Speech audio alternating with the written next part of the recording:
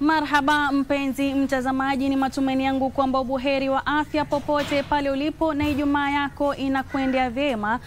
Karibu ndani ya Kuzacha awamu ya mambo bayana hii leo, ikiwa ni tarehe 28 mwezi Machi mwaka wa 2025, sawia na Ijumaa ya mwisho ya mwezi mtukufu wa Ramadhani. Mtazamaji, ni wakati ambao jamii ya Kiislamu kote ulimwenguni inatarajia kuipokea sikukuu ya Eid al-Fitr na vile kutamatisha mwezi mtukufu wa Ramadhani. Na hii leo nimepata fursa dhahabia ya kuwa naye Chief Kadhi mkuu hapa nchini almaarufu kama Abdul Halim Hussein Athman. Mtazamaji, na kumbuka unatupata mubashara kupitia runinga yako ya KBC Channel 1, vile unatupata kupitia kurasa zetu za YouTube @KBC Channel 1. Mtazamaji, bila kupoteza wakati niweze kumkaribisha Sheikh wetu. Karibu sana katika eneo hili na shukran sana kwa kuweza kuitikia wito huu. Na kabla tuzamie katika mada yetu kuu siku ya leo ya Zakatul Fitri na Eid al-Fitri, labda uelezee mtazamaji, je, safari yako ya mafanikio kuweza kuwafikia wadhifa huu wa kuwa kadhi mkuu hapa nchini ilikuwaje? Na baada ya hapo utaweza kutuelezea tu, je, sunna hii ama wajibu huu wa kutoa Zakatul Fitri kwa kila Muislamu ukoje na sheria zake ni zipi? Karibu sana. Naam, mwanzo shukran kwa kutualika kwa hapa. Ni furaha yetu kwa pamoja na kuzungumza na Wakenya wote. Mimi ni Sheikh Abdul Halim Hussein Athman, kadhi mkuu wa Jamhuri ya Kenya. Nimezaliwa Watamu, kaunti ya Kilifi. Pia nimesomea hapo Watamu Primary, alafu nikaenda Malindi High School. Alafu nikaenda masomo zaidi ya chuo kikuu nchini Misri, Al-Azhar University, Alexandria pamoja na Cairo nchini Egypt. Alafu baadaye ndio tukarudi Kenya tukafanya kazi, na baada ya kufanya kazi vile nilirudi Saudi Arabia katika Al-Mahad Al-Ali Al-Qadha, inaitwa Nihaya Judicial Institute iliyoko King Imam Muhammad bin Saud iliyoko Riyadh, Saudi Arabia, kwa masomo zaidi katika masala ya ukadhi. Naam. Hongera sana kwa wadhifa huo kwa mara nyingine. Labda kabla tuzamie katika mada yetu kuu ya Zakatul Fitri, ya Eid al-Fitri na Zakatul Fitri. Je, Zakatul Fitri ni ibada aina gani? Ni nini Zakatul Fitri kwa yule mtu ambaye hafahamu kabisa? Zakatul Fitri ni, wanazuoni wanasema hukumu yake ni faradhi ambayo amefaradhisha Mwenyezi Mungu Subhanahu wa Ta'ala, kwamba kwa maana ni jambo la lazima kwa kila Muislamu. Kwa dalili Mwenyezi Mungu Subhanahu wa Ta'ala katika hizi aya za som shahru Ramadhan alladhi unzila fihi al-Quran, mwisho alikuja akasema litukmilu al-iddata wa litukabbiru Allah ala ma hadakum wa la'allakum tashkurun. Baadaye muweze kumshukuru Mwenyezi Mungu na mukamilisha idadi na muweze kumshukuru Allah Subhanahu wa Ta'ala. Lakini vile Allah katika nyingine amesema kadafla man tazakka wa dhakara isma rabbih afasalla. Mwenyezi Mungu hakika nampenda mtu aliyetoa zaka, na amefaulu sana mtu ambaye ametoa zaka. Na alafu akamtaja Mwenyezi Mungu. Wanazuoni wengi anasema yeye imeteremka kwa ajili ya Zakatul Fitr. Lakini kuna hadithi hasa wanazuoni Ibn Abbas na Ibn Umar wanasema faradha Rasulullah sallallahu alaihi wasallam Zakatul Fitri, kwamba Mtume sallallahu alaihi wasallam alionekana watu walikuwa wakimwangalia anafanya nini, na mara nyingi waweza kumuona kwamba amelazimisha kwamba ni wajibu watu waweze kutoa Zakatul Fitri na muda wake na chakula chake.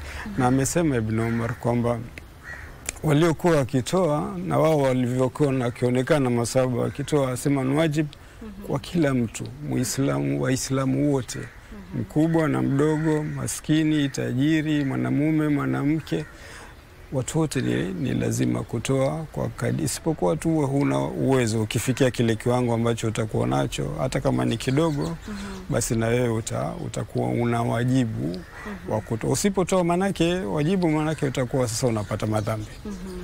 Kwa hivyo ni umuhimu wake ni kiasi hicho.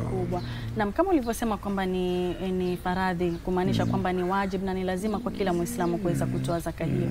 Je, kama ulivyosema kwamba ni lazima kwa kila mtu, kuna watu ambao labda hawawezi kutoa zakatu, labda kama maana labda ni maskini. Je, haswa orodha ya watu ambao wanafaa kutoa zaka hiyo ni kina nani? Je, watoto wadogo wanatolewa na nani?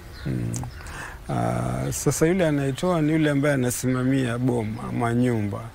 Wanasema wanaita wanazoni man yajibu alayhi nafaqatuhum. Kwa hivyo unakuwa unalazimika kama baba mume katika ile nyumba, yeye sasa anafaa kujitolea mwenyewe na wale ambao anawasimamia sana, watoto wake na mkewe na wazazi wake. Wanazoni wamekuja kuzungumza, watoto wengine wana hela, wewe unazisimamia, basi wengine wamesema kwamba itakuwa inapasa kuwatolea wale wanaitwa mawasio katika mali zao. Lakini kama wana pesa, basi wewe utakuwa unawatolea katika hivyo. Ukiwa na kiwango chenye ni kidogo. Yani ikiwa ile siku ya Idi una chakula cha 24 hours cha ule mchana na usiku ambacho mtakula katika ile familia, kikazidi, basi kile kilichozidi sasa imeshakuwa wajibu wewe kukitoa. Kwa hivyo hata wewe ukiwa maskini, wewe mwenyewe ukaletewa, kwa sababu inajuzu mtu akuletee kingi, huyu amekuletea na yule amekuletea, unakusanya tu mpaka umefikisha kilo 20. Tena wewe unakula kilo 4 tu kwa siku nzima, mchana mpaka na usiku. Sasa na wewe pia itakubidi uweze kuzitoa, imekuwa wajibu kama na kama ulivyosema kwamba labda ni mtu ni maskini ataweza kusubiri wenzake kumletea. Je, hakuna wakati maalum wa kuweza kutoa zaka hiyo, ama iko wazi kwa wakati wowote mtu anaweza kutoa, kabla ya Idi ama baada ya Idi, ama ni wakati gani haswa maalum wa kutoa zakatul fitr? Zakatul fitr ni wakati wa lazima. Ile wakati ambao wakati huu sasa ndio wana lazima ni ile siku ya mwisho ya Ramadhani. Yani ule mwezi ukisha kuonekana, jua limekuchwa na mwezi ukawa umeonekana, wakati ule sasa inakuwa ni lazima mpaka watu kwenda msikitini. Utakuta ni masaa kidogo. Huu ni wakati wa lazima, lakini wanazuoni kama ilivyoonekana Ibn Umar alikuwa inajuzu kuitoa mapema kwa siku moja ama siku 2 ama hata siku 3 inda al-Maliki. Kuanzia leo mtu anaweza kutoa zaka hiyo. Hasa kwa wale unajua masikini pia wako sehemu nyingi. Ni vizuri kutoa wewe mwenyewe, lakini unaweza kuwa hujui, huwezi kuwafikia masikini. Kwa hivyo kunazo taasisi ambazo zinakusanya ili kupeleka kwa masikini. Ni vizuri kuwapelekea mapema ili nao waweze kuwafikishia. Pengine unakaa Mvita hapa, hujui Korogocho, hujui sijui wapi, na wale ni wahitaji zaidi wa kufikishiwa ili chakula. Kwa hivyo kupatia uweze kupeleka siku 1 ama 2 ili nao waweze kupelekea, wapatikane ili wafikie hasa wale wahitaji. Na hikima yake 2 ndio kubwa, ili watu siku ya Idi watu wote waweze kusherehekea. Siku ile watu wasiende kazini, asiye ameenda kutoka kuswali Idi alafu anafikiria atatoa wapi chakula, aanze kupiga kwenda katika mjengo anasubiri kazi. Watu wote wanafurahia, lakini vile vile ile swala ambayo tumefunga, tumetoa zaka, tumeswali, kunakuwa na madosari na makosa iweze kusafisha ili saumu yetu iweze kukubaliwa na iende safi kabisa. Na hiyo ni katika rehema ya Mwenyezi Mungu na mapenzi yake. Naam, kama ulivyosema kwamba si vizuri kuenda kazini siku kuu ile ya Eid, hapo pamenifurahisha kidogo. Kuna wale ambao huenda kazini baada ya siku kuu ya Eid, labda waseme washapeleka chakula nyumbani. Je, ni sunna ama ni faradhi ama ni lazima kwa mtu kusherehekea nyumbani, ama haikuelezewa zaidi? Siku ya Eid ni siku ya furaha. Na ni siku ya shukrani kupeleka kwa Mwenyezi Mungu Subhanahu wa Ta'ala baada ya kutoka kwenye ibada kubwa kabisa. Kwa hivyo ni siku ya kufanya kazi. Bado ni siku ya ibada, lakini ya kuonyesha shukrani. Ni siku ya kula, furaha, kuonyesha kula, kuvaa vizuri na kujumuika na watu na kuonyesha ule umoja ulikokula, na siku ya baraka nyingi kabisa kama tutakavyozungumzia. Kwa hivyo si vizuri kufanya kazi, isipokuwa zikitokea za dharura ambazo taasisi nchi na zitegemea zile, basi itakuwa inabidi waweze kufanya, lakini asikose kuswali swala yenyewe alafu waweze kurudi kazini. kwa wale tu ambao kazi zao ni critical infrastructure kwa ajili ya usalama wa serikali, kwa mfano mambo mengine au kama hayo. Na turudi katika chakula. Umesema kwamba ni faradhi ama ni lazima kutoa zaka kwa kila Muislamu, na ni chakula ambacho tunapelekea wenzetu waweze kufurahia ili maskini waweze kupata chakula hicho. Je, ni chakula chochote ambacho Muislamu anafaa kutoa ama kuna chakula maalum ambao anafaa kutoa? Katika hadithi ya Ibn Umar anasema sisi tulikuwa tukitoa wakati wa Mtume sallallahu alaihi wasallam sa'an min tamrin au sa'an min sha'ir. Chakula kilichokuwa Madina ilikuwa ni tende na shairi, aina ya ngano ambao ni aina ya duni. Said al-Khudri asema alikuwa tukitoa sa'an min ta'am, akutaja chakula. Alafu akasema chakula tulikuwa nacho wakati huo ni hizo shair na tamr na ukt na vitu vingine, maziwa ya ngamia na unga wake na kadhalika. Wanazuoni wamekubaliana kwamba ni chakula kile kinachuliwa na watu wa mji ule. Kwa kwetu Mombasa na Nairobi ni mchele. Kwa sehemu nyingine labda inaweza kuwa maana wajir, na huko ni vitu tofauti ambavyo watu wataweza kutoa. Inaweza kuwa tofauti. Watu wengine ukapeleka mchele bado hawezi shiba, wanahitaji sima. Unga wa sima mzuri, basi wao itakuwa ndio chakula chao. Chakula kinachokubalika kwa wingi katika eneo kama hili, hiyo ndio chakula utatoa kwa kiwango hicho. Swa ni kitofauti, simi inapimwa kwa mizani. Ni kiwango ambacho ni ile basic minimum, mikono ya binadamu wa kawaida. Ukiujaza mara 4, ambao watu wamekadiria kwa kilo 2 na gramu 40 mpaka kilo 3 kasrobo, hapo unaweza kutoa kama ni ya mchele, itakuwa ni kiwango chake. Na labda kando na chakula, labda mtu amekuwa na shughuli nyingi ama amekuwa yeye labda ana pesa, hakuweza kupata nafasi ya kwenda sokoni kununua chakula. Je, tunaweza kubadilisha chakula kwa pesa ama kwa amana nyingine yoyote? Kuna khilafu baina ya wanazuoni, na khilafu baina ya wanazuoni haifai kutushangaza sana.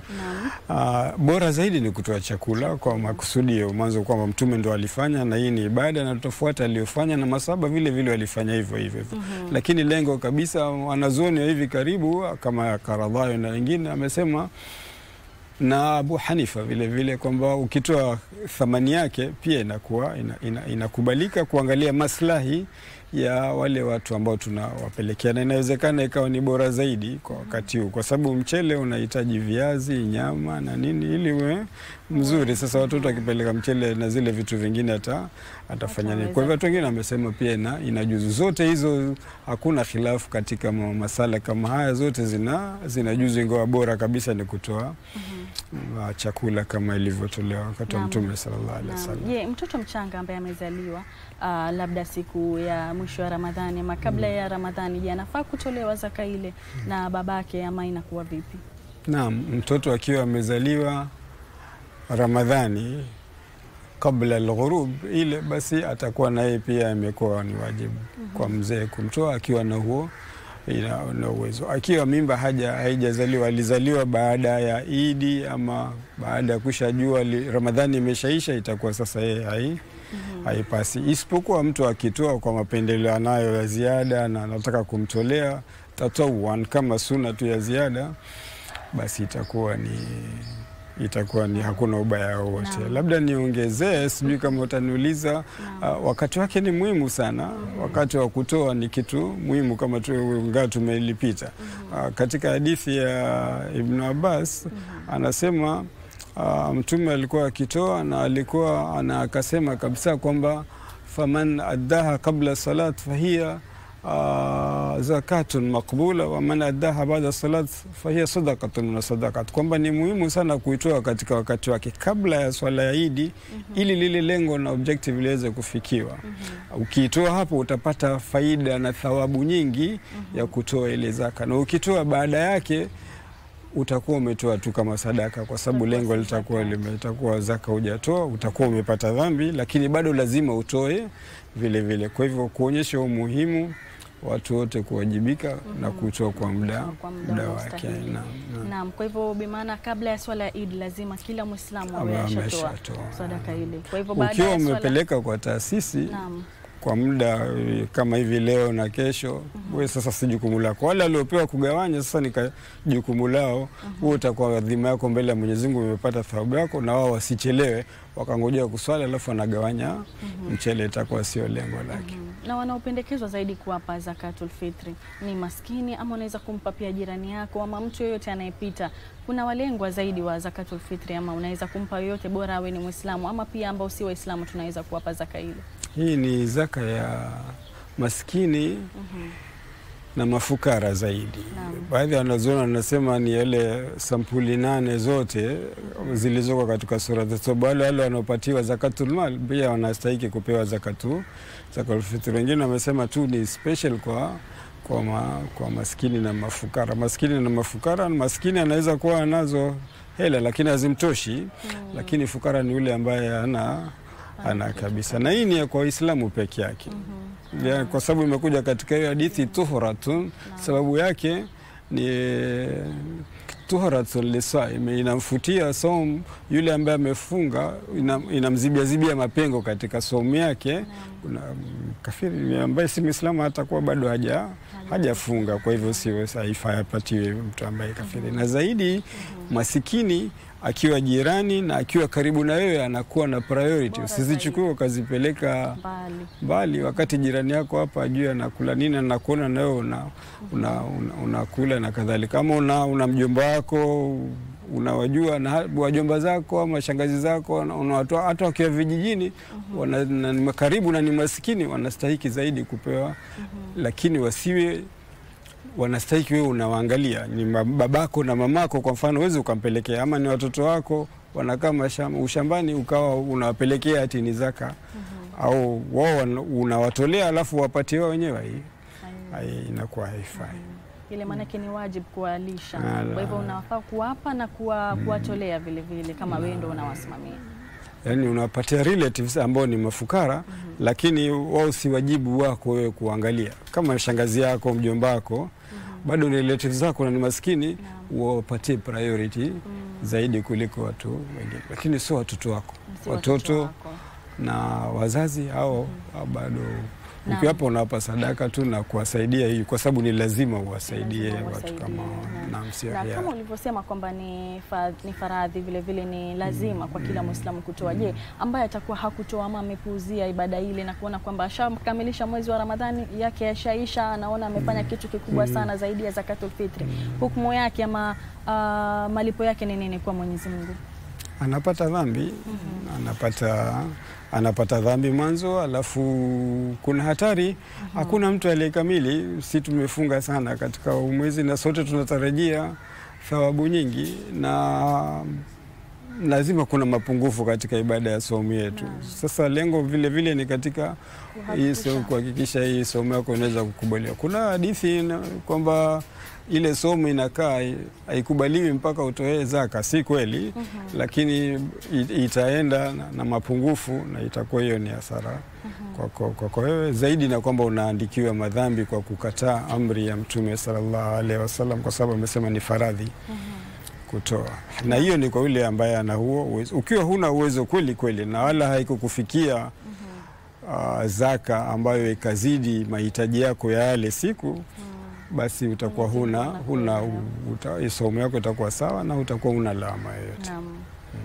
Na tuachane na zakatul fitri, turudi kwa Idul Fitri. Kuna idi mbili ambazo ni Idul Fitri na Idul Adha. Je, tofauti ya idi hizi mbili ni zipi na zina tofauti gani na katika matendo yake ya siku ile ya Eid? Idi zote ni siku za taa kwa Waislamu. Utaona zote zimefungamana na ibada kubwa kabisa. Kuna khilafu ipi ni bora zaidi, lakini utakuta zote, kwa sababu ile tunakuwa tumeenda haji na kuna manasik mbili kubwa ya kwenda kufanya haji yenyewe alafu na kuchinja. Na hii tumetoka katika ibada ya mwezi mzima ya kufunga. Kwa hivyo utaona Waislamu wakitoka katika ibada kubwa wanapeleka shukrani kwa Mwenyezi Mungu ili aweze kukubaliwa ile ibada. Sasa unaona hiyo ndio ni katika aina ya toa, ni kiasi ya umuhimu wake. Naam, kwa hivyo katika Eid al-Fitr lazima watu waweze kutoa ile sadaka. Na je, hiyo sikukuu ya Eid, swala ambao watu wanaswali ile sikukuu ya Eid, je, ni lazima kwa kila Muislamu ama ni sio lazima kuswali swala ile? Swala ya Eid ni sunna. Sunna ambayo ni sunna ya nguvu ambayo Mtume sallallahu alaihi wasallam alisisitiza sana. Kwa sababu unaona ni sunna lakini inatokea tu mara mbili. Alafu ni sunna ambayo inaswaliwa kwa jamaa. Na saa kawaida ya sunna mtu anaswali peke yake. Swala hii sunna ikiswaliwa kwa jamaa, tena imeambiwa watu waswali kwa wingi pamoja, basi utaona ina umuhimu zaidi, kiasi ambacho mtu asiposwali ama hata amechelewa ameambiwa aswali hata kama ni peke yake wakati ikiwa imepita. Kwa hivyo ni Mtume alikuwa akiswali na hakuweza kuiwacha. Ni sunna ambayo imepatiwa umuhimu kabisa watu waweze kuitekeleza. Na je, kuna wakati ambao kuna mahali ambapo panapendekezwa zaidi kuswali ama ni mtu anaweza kuswali msikitini, kuna wale wanaswali uwanjani? Je, ni wapi ambapo panapendekezwa zaidi kuswali kwa Waislamu? Abu Said al-Khudri katika hadithi anasema Mtume sallallahu alaihi wasallam tulikuwa tukimwona siku zaidi akitoka ila al-musalla, yani katika uwanja hivi mkubwa watu wakiswali. Kwa hivyo alikuwa haswali msikitini. Kwa hivyo ni hiyo ndio sunna, isipokuwa labda kukitokea kuna nyesha na kadhalika. Kwa hivyo inaswaliwa katika uwanja na lengo ni watu wajumuike. Yani ile misikiti yote inafungwa, watu wanaswali katika uwanja mmoja ili watu waweze kuwa wingi. Na Ummu Atiya Nusaybat al-Ansariya, mama mmoja, anasema Mtume alikuwa ametuamrisha mwanamke, anasema anatuamrisha sisi twende tukaswali na tuwatoe, anaitwa dhawatul khudur, wanawake wanawali walikuwa zamani hawatoki, wana sehemu zao pale nyumbani, pia wametengewa sehemu ya kuswali. Wala awatiki, na wale wamevunja ungo tu hivi karibuni, pia wanawake pia walikuwa wanaambiwa watoke. Walhuyadhi, hata wanawake ambao wako katika ada zao za mwezi pia wameambiwa watoke, lakini hawa yatazilna, yani wanaume wako mbele, watoto wanaume wavulana watakaa katikati, kutakuwa na space, alafu wanawake wanakaa hivi. Na hata ambao wako katika hivyo wanawake ambao ni wanawali ambao kwa kawaida siku hizo hawatoki, siku hizo wanamejazana wanatoka, lakini wao pia wanahudhuria, na hata wakiwa na hedhi, ili waitikie zile dua, kwa maana dua siku ile inakubaliwa kabisa. Na hata mwanamke hata akiwa katika hedhi, kwa si kwamba hawezi kukubaliwa dua zake, na aweze kupata ile baraka, watu wakiomba naye anaitikia amina, ili aweze kupata baraka ya siku kama ile na ibada. Na watu wangejua malaika walioenea siku ile ya Eid, basi wangekuwa ni wenye. Ndio maana Mtume alikuwa anaonekana akiingia na njia hii, akirudi nyumbani anaenda na njia hii, ili zile njia ziwe mashahidi. Lakini vile vile na malaika wengi wanakuwa wanawapongeza Waislamu siku ile, hatuwaoni tu kwa baraka ambazo zinateremka kwa wingi kabisa siku ile ya Eid. Naarifiwa kwamba muda hauko nasi na mwelekezi wangu, tukimalizia, je, kuna itilafu hii ya kuwa Eid kuwa siku mbili na Ramadhani kuanza siku tofauti? Wewe kama kadhi mkuu hapa nchini unalizungumziaje jambo hili, na unawapa wasia gani Waislamu ama unawaelekeza vipi Waislamu? Na Waislamu hizi khilafu zisitugawanye. Ni muhimu kuelewa dini imeruhusu pengine hii misimamo yote ina mashiko. Kwa hivyo haina haja ya kulaumiana, lakini kitu muhimu lazima kuheshimu uongozi. Kwa hivyo watu waweze kuheshimu uongozi, kwa sababu misimamo ambayo tunatoa ni misimamo ya kidini yenye vile vile inaangalia maslahi ya Waislamu walio wengi hapa Kenya. Na sisi kama katika nchi lazima katika masala ya dini tuwe tuna kiongozi ambaye tunamfuata. Na ndivyo Mtume alivyosema, unaambao umfuate kiongozi hata akiwa Mhabeshi Usi, atakao kwa nadharia yako pengine ni duni, lazima uweze kufuata kwa sababu ya hilo jambo la umoja. Kwa sababu gani watu wanaswali Idi, waambiwa swali Idi tena katika muswala, ili watu watoe kwa sauti, waonyeshe takbiri, kuonyesha ule umoja wao. Alafu kuna watu bado wanasema umoja ni kitu sio muhimu. Kwa hivyo lazima watu waweze kuonyesha kitu, tuweze kufikia umoja. Lakini hasa mambo ya kujibizana, kila mtu anajifanya anajua, alafu kila mtu anatangaza haya ni makosa, hiyo ni kukoseana heshima na kukosa adabu na upungufu wa elimu, na hayo mambo hayafai kutokea. Kama umeamua kufunga na wa kimataifa ni sawa, lakini kama uweze kuheshimu pia msimamo wa kidini uliotolewa na kadhi mkuu hapa Kenya. Naam, shukran sana Sheikh Abdul Halim. Mtazamaji, tumekuwa naye Sheikh Abdul Halim Athman Hussein ambaye ni kadhi mkuu hapa nchini. Na tumeweza kujifunza mengi kuhusiana na Zakatul Fitr na Eidul Fitr, na utaweza kuangazia ama kufuatilia mambo ambayo ametuweza kutuelimisha. Ama kweli tumeweza kufaidika na mambo mengi tu mtazamaji. Mimi na wewe tutakutana tena wiki ijayo wakati kama huu na mada nyingine ambayo itaweza kukufaidisha wewe mtazamaji. Nichukue fursa hii tu kuwatakia Waislamu wote Eid Mubarak.